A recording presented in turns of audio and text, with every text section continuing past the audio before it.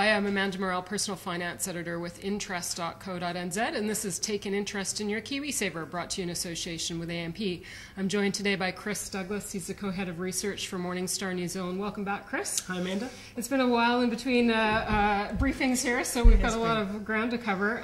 Let's start with the budget, because there was a few interesting things that came out of that with respect to KiwiSaver. No major surprises, but a long-awaited decision or announcement that finally there's going to be some reporting requirements, rules laid down around disclosure and how fees are calculated. So how's that going over in the industry? Well, I think it's finally happening, as you say. So, I think the industry's been forewarned that this is going to be coming into effect. There's been a lot of discussion, submissions put into to the FMA, the MED about this, and the regulator's been great with keeping very much abreast with what's been going on, with making sure that all the different industry participators understand what they're thinking, what they're doing, and what they're coming out with is just some pretty standard reporting.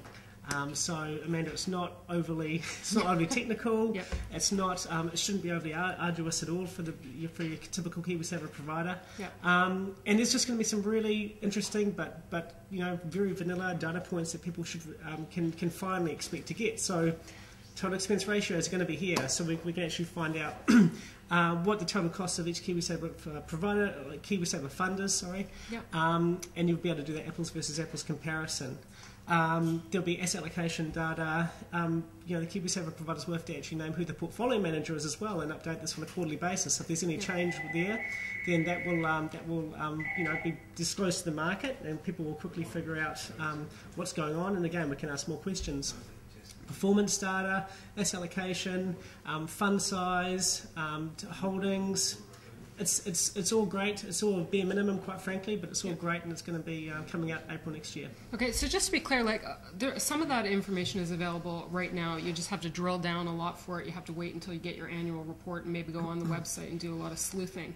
So what will be the most evident, noticeable change for a KiwiSaver? Is it the frequency of the statement that they're getting, or is it, like you said, how these fees are calculated? When you think about the actual average KiwiSaver investor, they probably won't notice any change. They'll they'll get their annual report, as you say. They might get some quarterly or periodic statements from the KiwiSaver provider telling them how their funds performed and what's been happening. But it really comes down to analysts, people who actually want to go out there doing their own research.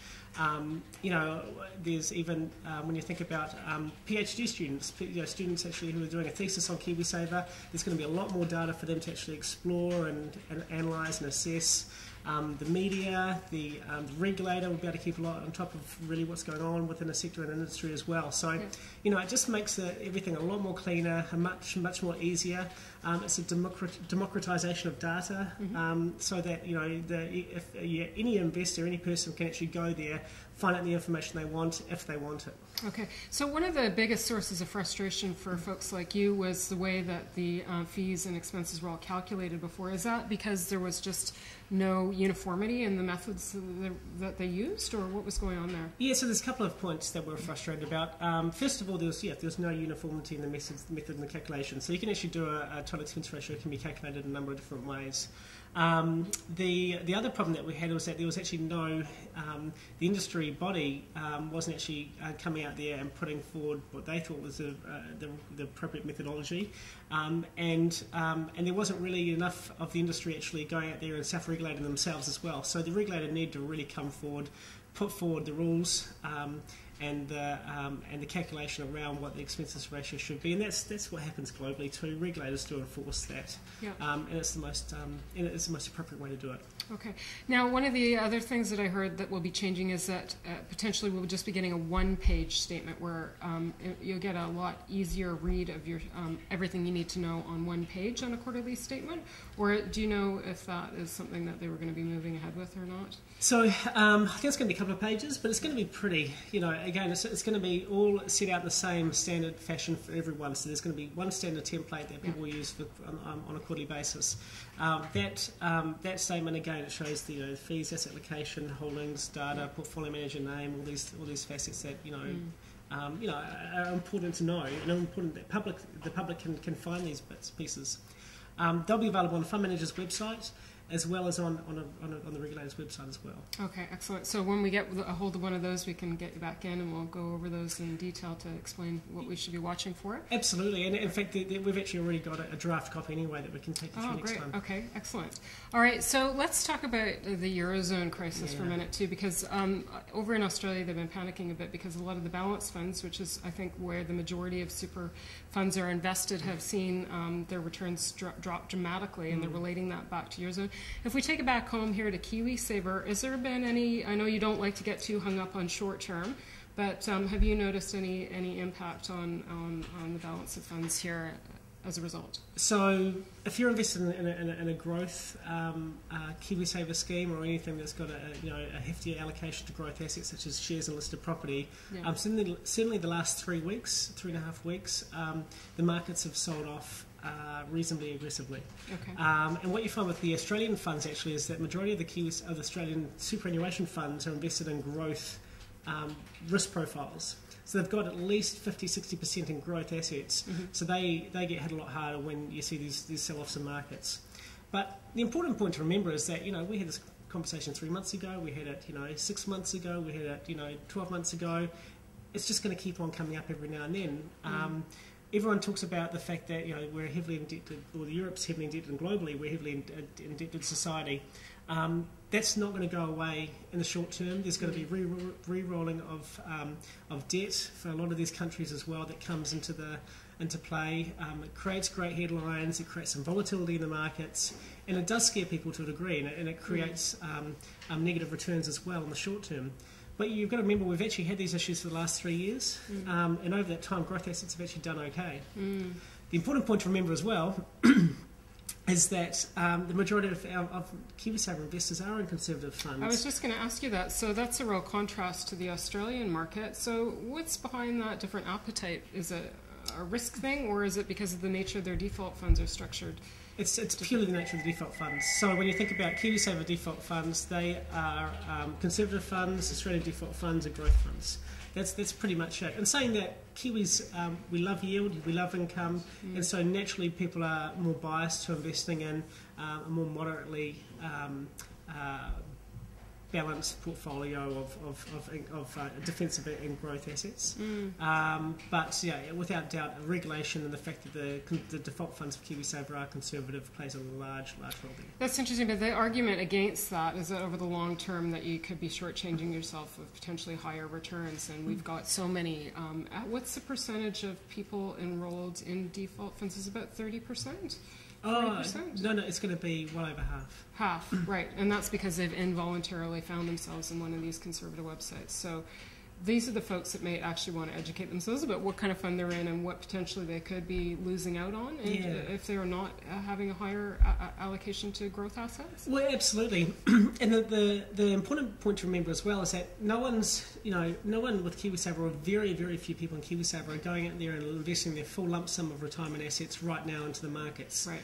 Everyone, or the majority of people will have 10, 15, 20, 30 years to retirement, so they're going to be drip feeding money into the KiwiSaver account. Volatility is brilliant for these type of people. It goes against our natural instincts to think about it, but the fact that we're just continuously putting money into the markets, and when the markets fall, you're buying at these lows, and they bounce back again, you can actually get some great returns.